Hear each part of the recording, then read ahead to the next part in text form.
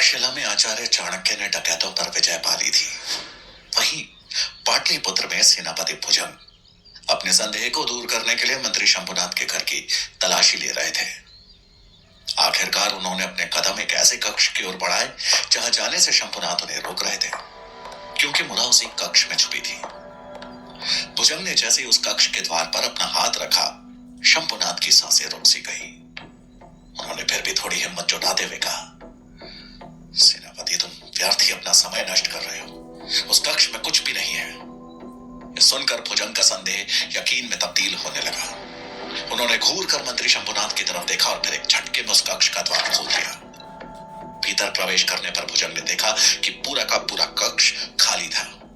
उनके पीछे पीछे शंभुनाथ भी अंदर आ चुके थे। मुरा को वहां ना देखकर उन्होंने भी राहत की सांस ली। भुजंग ने अपनी दृष्टि उस कक्ष के चारों तरफ दौड़ाई। वो कक्ष अन्य कक्षों की तुलना में थोड़ा बड़ा था। वहां काष्ठ की अलमारियों के साथ साथ बड़े बड़े संदूक भी रखे हुए थे।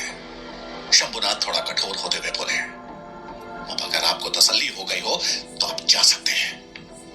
भुजंग बोले, क्षमा मंत्री जी, संदेह और जांच ये दोनों ही मेरे कार्य का हिस्सा है। आपको जो कष्ट हुआ उसके लिए क्षमा। इतना कहकर भुजंग उस कक्ष से बाहर निकलने के लिए पलटे ही थे कि तभी उनकी दृष्टि वहां रखे एक संदूक पे पड़ी, जो अन्य संदूकों की तुलना में थोड़ा खुला हुआ था। ऐसा लग रहा था कि मानो कोई जल्दबाजी में उस संदूक को बंद करना भूल गया। ये देखते ही भुजंग के चेहरे पे कुटिल मुस्कान आ गई। उन्होंने मन ही मन सोचा, अवश्य वो संदूक के भीतर ही छिपी है। भुजंग उस संदूक की तरफ बढ़े। इससे पहले कि शंभुनाथ भुजंग को रोक पाते, उन्होंने एक झटके में उस संदूक को खोल दिया। लेकिन उस संदूक में सिवाय कुछ ताम्रपत्र और जरूरी दस्तावेजों के अलावा और कुछ भी नहीं रखा था। ये देख भुजंग का मन गुस्से से भर गया। उस संदूक के बगल में एक दूसरा बड़ा संदूक भी रखा था। भुजंग की दृष्टि उस पर भी गई।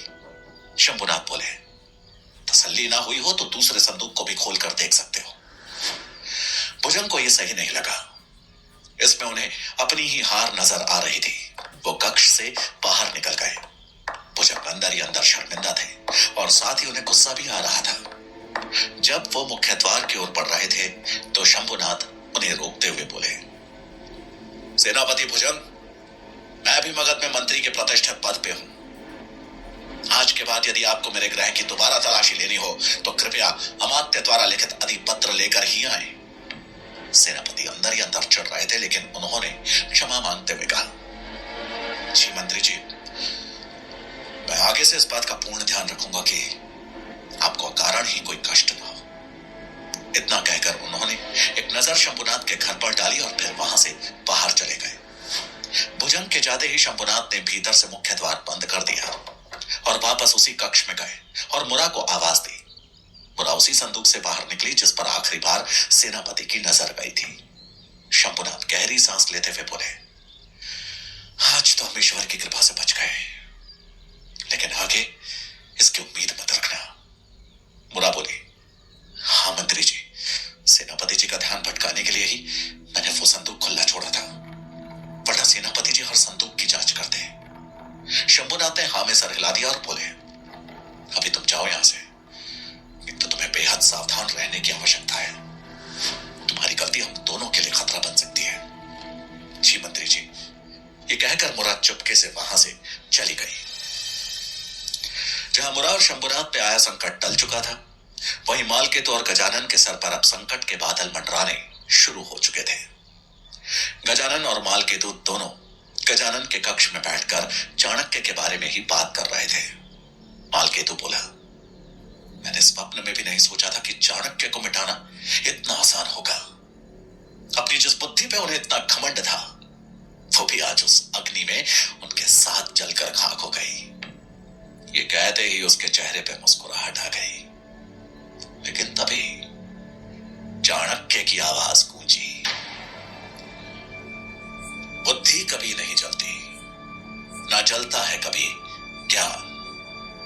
जो समझे बुद्धि को बल से कम, वो है मूर्ख इंसान।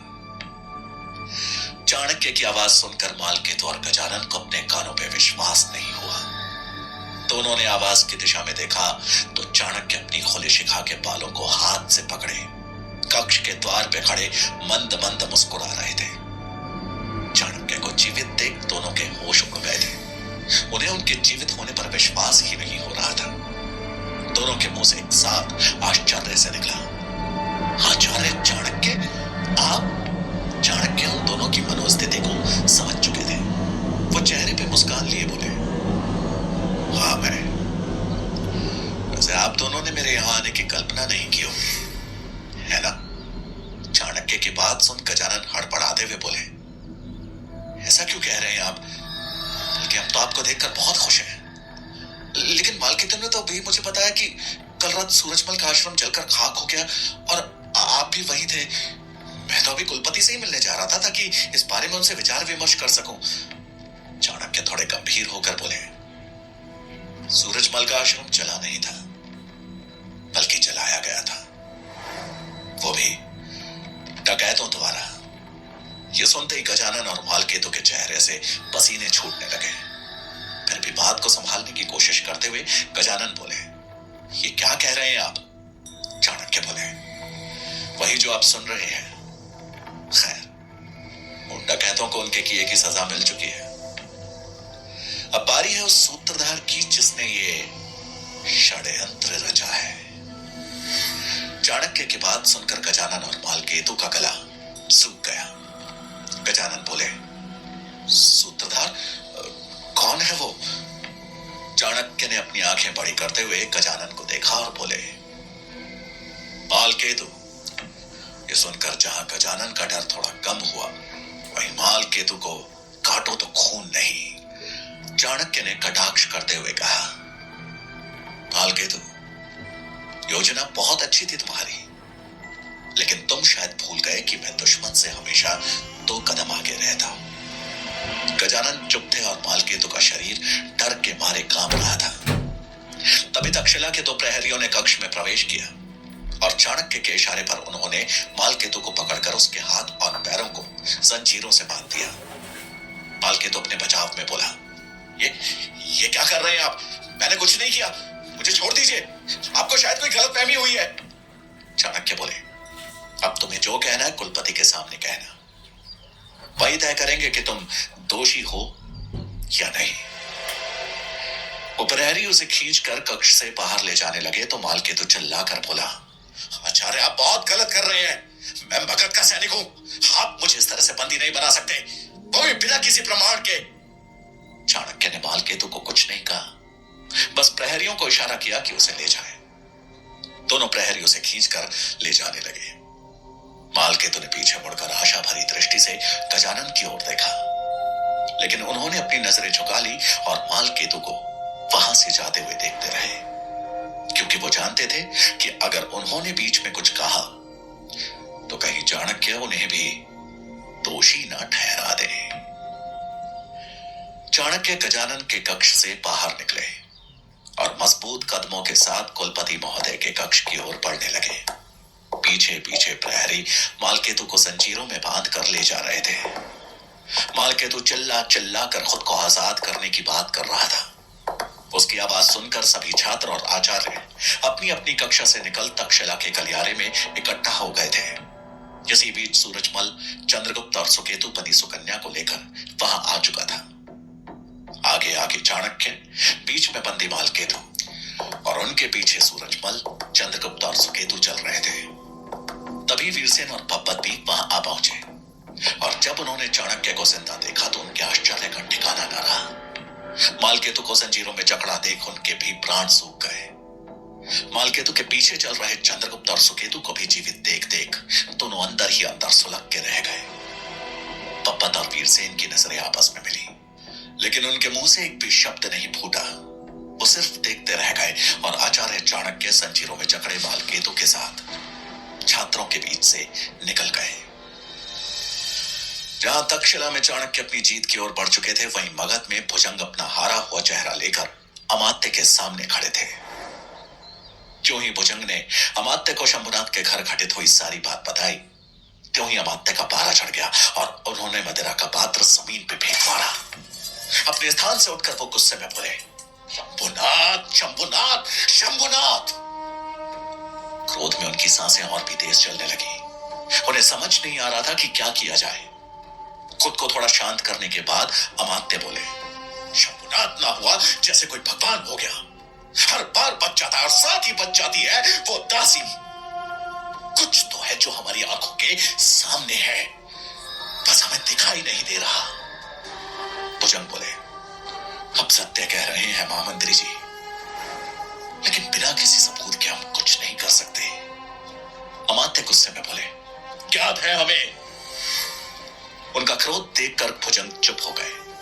अमात्य आगे बोले, इसीलिए मैंने तय किया है कि अब सबूत ढूंढे नहीं जाएंगे, बल्कि पैदा किए जाएंगे। भुजंग आश्चर्य से उनकी तरफ देखने लगे और बोले, किंतु वो कैसे होगा? अमात्य बोले, वो तुम हम पर छोड़ दो। अभी के लिए तुम शंभुनाथ और उस दासी की निगरानी बंद करवा दो। कुछ दिन उन्हें इस भ्रम में जी लेने दो कि हमारा ध्यान अब उन पे नहीं है। भुजंग बोले, किंतु अमात्य ने इशारे से उसे चुप रहने के लिए कहा, कई बार बड़ी छलांग लगाने के लिए पीछे हटना पड़ता है। जैसा मैंने कहा वैसा करो। सेनापति ने सर हिलाया और प्रणाम कर वहां से निकल गए। तक्षशिला में कुलपति महोदय अपने स्थान पर विराजमान थे और साथ ही सभी आचार्य भी वहां उपस्थित थे। चाणक्य मालकेतु को कुलपति के सामने लेकर आए। पीछे पीछे गजानन भी वहां आ चुके थे। कुलपति को अन्य सेवकों द्वारा यह पहले ही ज्ञात हो चुका था कि कल रात सूरजमल का आश्रम पूरी तरह से जलकर राख हो गया और उस समय चाणक्य भी वही थे।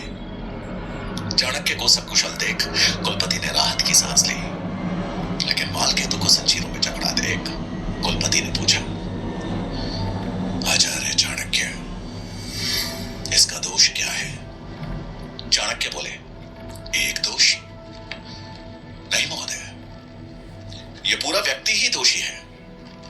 इसने एक नहीं कई अपराध किए हैं।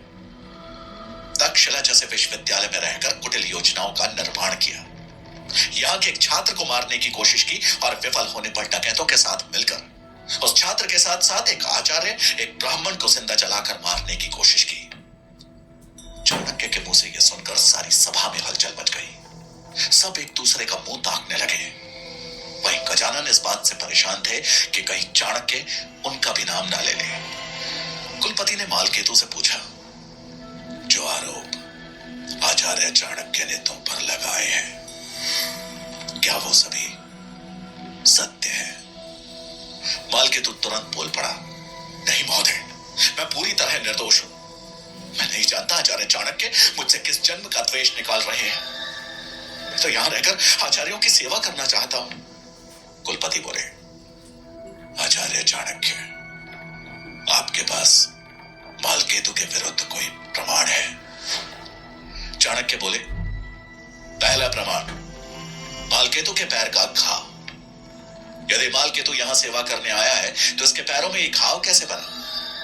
और इतना गहरा घाव तो किसी अस्त्र या शस्त्र के प्रयोग से ही बन सकता है। क्यों मालकेतु? चाणक्य ने प्रश्न भरी दृष्टि से मालकेतु की ओर देखा। मालकेतु अपने बचाव में बोला, महोदय, मेरा पैर जंगल में आदिवासियों द्वारा जानवरों को फांसने के लिए लगाए गए जाल में फंस गया था, इसी कारण यह घाव हुआ है। यह सुनकर चाणक्य बोले, तुम्हें पूर्ण विश्वास है कि जो तुम कह रहे हो वो सत्य है? मालकेतु ने हाँ में सर हिला दिया। चाणक्य ने कुलपति को संबोधित करते हुए कहा, चाणक्य बोले, महोदय, मालकेतु झूठ बोल रहा है। यह घाव सूरजमल द्वारा चलाए गए बाण की वजह से हुआ है, जिसका प्रमाण सूरजमल खुद देगा। चाणक्य ने सूरजमल को कुलपति के सामने बुलवाया। चाणक्य सूरजमल से बोले, सूरजमल, बिना डरे जो कुछ तुमने उस दिन जंगल में देखा वो सब कुछ कुलपति महोदय को बताओ। सूरजमल बोला, आचार्य चाणक्य ने कुछ गुप्तचरों को तक्षशिला के पास देखा था और उन्होंने सुकेतु और चंद्रगुप्त को उनके पीछे भेजा था।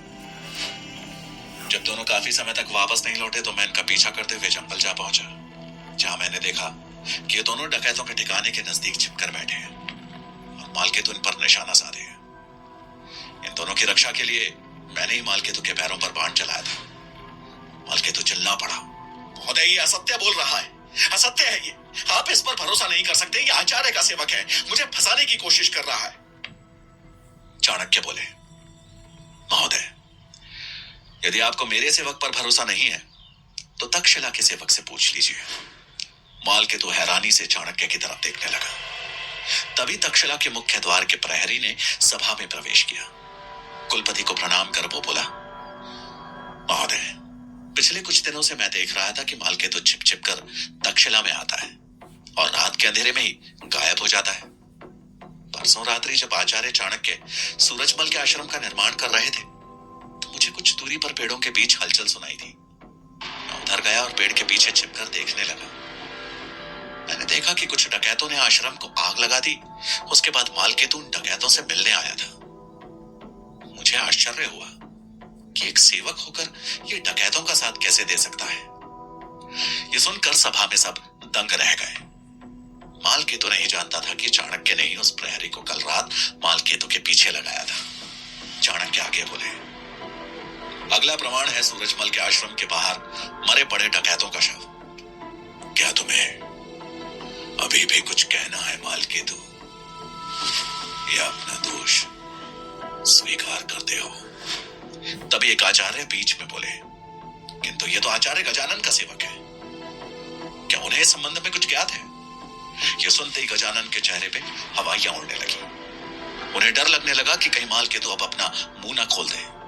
तभी मालकेतु बोला, आचार्य गजानन को इस संबंध में कुछ भी ज्ञात नहीं। मैं अपना दोष स्वीकार करता हूं। ये सुनते ही गजानन ने राहत की सांस ली। सभी आचार्यों के साथ विचार विमर्श करने के बाद कुलपति ने अपना फैसला सुनाते हुए कहा,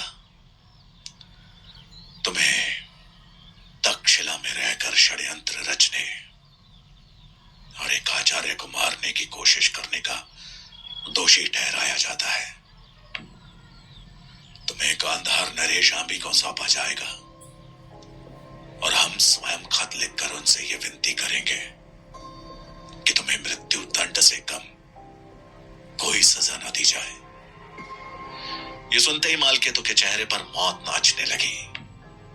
लेकिन तभी एक आवाज उस सभा में गूंजी, कुलपति महोदय क्षमा करें, किंतु मालकेतु को दंड देने का आपको कोई अधिकार नहीं। सबने आवाज की दिशा में देखा तो बब्बत उस सभा में प्रवेश कर रहा था।